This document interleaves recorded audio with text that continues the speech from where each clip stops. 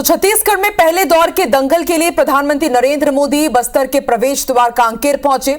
यहां उन्होंने बड़ा चुनावी वादा किया है कि छत्तीसगढ़ में मेडिकल और इंजीनियरिंग की पढ़ाई अब हिंदी में होगी। उन्होंने सरकार बनने पर गरीबों को पक्का घर देने की गारंटी दी। इसके साथ ही धान और किसान के मुद्दे पर कांग्रेस सरकार को घेरा और लोगों से कांग्रेस को हराने की अपील की। तो प्रधानमंत्री नरेंद्र मोदी ने एक नहीं कई बड़े चुनावी वादे किए हैं। सभी को इंतजार था कि आखिर कब प्रधानमंत्री नरेंद्र मोदी कांकेर दौरे पर पहुंचेंगे और पहले चरण के मतदान के लिए लोगों से उन्होंने अपील भी की है। इसके साथ कांग्रेस पर प्रहार किया।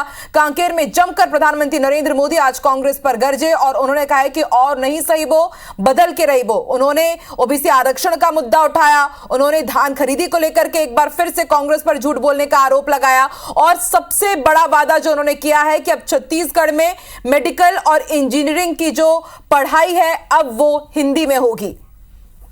इसके साथ ही उन्होंने यह भी कहा है कि अब स्कूलों में स्थानीय भाषा में भी पढ़ाई कराई जाएगी और इसे आत्मानंद स्वामी स्कूल के कार्ड के तौर पर देखा जा रहा है। यानी कि हर एक मुद्दा जो कांग्रेस जिससे उठाती आई है, जिसके बूते पर वो बीजेपी को घेरती आई है, हर एक मुद्दे पर सिलसिलेवार तरीके से आज कांकेर में प्रधानमंत्री नरेंद्र मोदी ने आज घेरा है कांग्रेस को।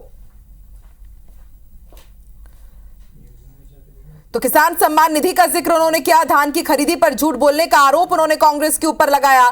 इसके साथ ही पीएससी घोटाले का जिक्र किया कि युवाओं के साथ छल किया गया है और गाय को लेकर के भी उन्होंने कहा कि गाय से कांग्रेस नफरत करती है। गाय के नाम पर गोटान घोटाला कर डाला। डीएमएफ घोटाले पर भी उन्होंने कांग्रेस पर तंज कसा और कमीशन खोरी को लेकर के एक बार फिर से कांग्रेस पर वार लगाया और एक नया नारा दिया कि 30% कक्का आपका काम पक्का। यानी कि कई तीखे प्रहार आज प्रधानमंत्री नरेंद्र मोदी ने कांकेर से किए हैं और छत्तीसगढ़ में स्कूलों में पढ़ाई अब स्थानीय भाषा बोली में होगी। एक ये बड़ा दाव प्रधानमंत्री नरेंद्र मोदी ने बस्तर के रण से चला है। और सीधे रुक कर लेते हैं न्यूज रूम का। एसोसिएट एग्जीक्यूटिव एडिटर वरुण सखा जी हमारे साथ न्यूज रूम से लाइव जुड़ चुके हैं। वरुण जी, देखिए सभी को इंतजार था कि कब बस्तर के प्रवेश द्वार प्रधानमंत्री नरेंद्र मोदी पहुंचेंगे और हर एक वो मुद्दा जिसे लेकर के कांग्रेस बीजेपी पर प्रहार करते आई है, एक भी मुद्दा नहीं छोड़ा है आज प्रधानमंत्री नरेंद्र मोदी ने। सिलसिलेवार तरीके से आप समझाइए और जो सबसे बड़ा चुनावी वादा रहा कि अब छत्तीसगढ़ में भले ही वो इंजीनियरिंग की पढ़ाई हो या फिर मेडिकल की पढ़ाई हो वो हिंदी में होगी और स्थानीय भाषा में भी स्कूलों में पढ़ाई की जाएगी। तो क्या वाकई ये वो तमाम मुद्दे हैं जो बस्तर की फिजा बदलने का काम करेंगे? आकांक्षा, नरेंद्र मोदी से जितनी बड़ी उम्मीदें पाली गई थी वैसा कोई भाषण तो ये रहा नहीं है। ये नहीं कहा जा सकता कि नरेंद्र मोदी ने जो सोचा गया था, चूंकि एक्सपेक्टेशंस और अपेक्षाएं आकांक्षाएं इतनी ज़्यादा उनसे हैं लोगों की कि उनको हर बार एक नया करना होता है। लेकिन इस बार ऐसा कुछ नहीं हुआ। एन चुनाव के पहले आज हम जब 2 नवंबर में बैठे हैं, फर्स्ट फेज में 7 नवंबर को वोटिंग होनी है, 5 दिनों का वक्त बचा हुआ है। भारतीय जनता पार्टी ने ना तो कोई घोषणा पत्र जारी किया, हालांकि कांग्रेस ने भी नहीं किया है। लेकिन घोषणा पत्र एक अहम पहलू होता है और कांग्रेस के लिए इसलिए उसमें विन विन पोजीशन है क्योंकि कांग्रेस ऑलरेडी सरकार में है।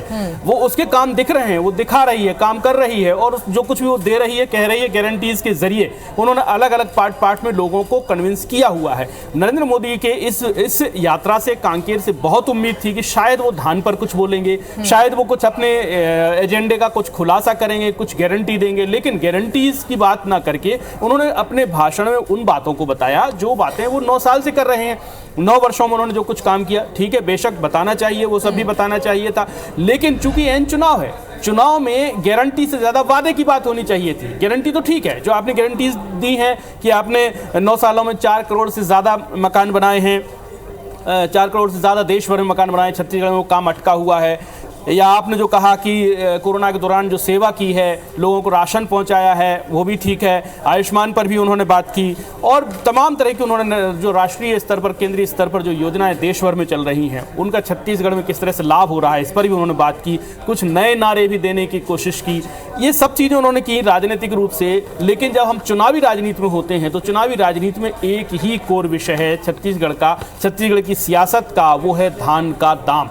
धान का दाम पार्टी दे रही है या नहीं दे रही है। धान के दाम पर पार्टी गोल गोल कर रही है या बहुत स्पष्टता सीधी बात कर रही है कि जो भूपेश बघेल 2783 रुपए दे रहे हैं उससे ऊपर भारतीय जनता पार्टी इस वादे में क्या कर सकती है, ये लोग सुनना चाहते थे। जिस पर नरेंद्र मोदी चुप रहे और बोले भी तो ये बोले कि पिछले सालों में जो कुछ भी धान खरीदी हुई है पिछले 5 सालों में उसमें 1 लाख करोड़ रुपए केंद्र की सरकार ने दिया है।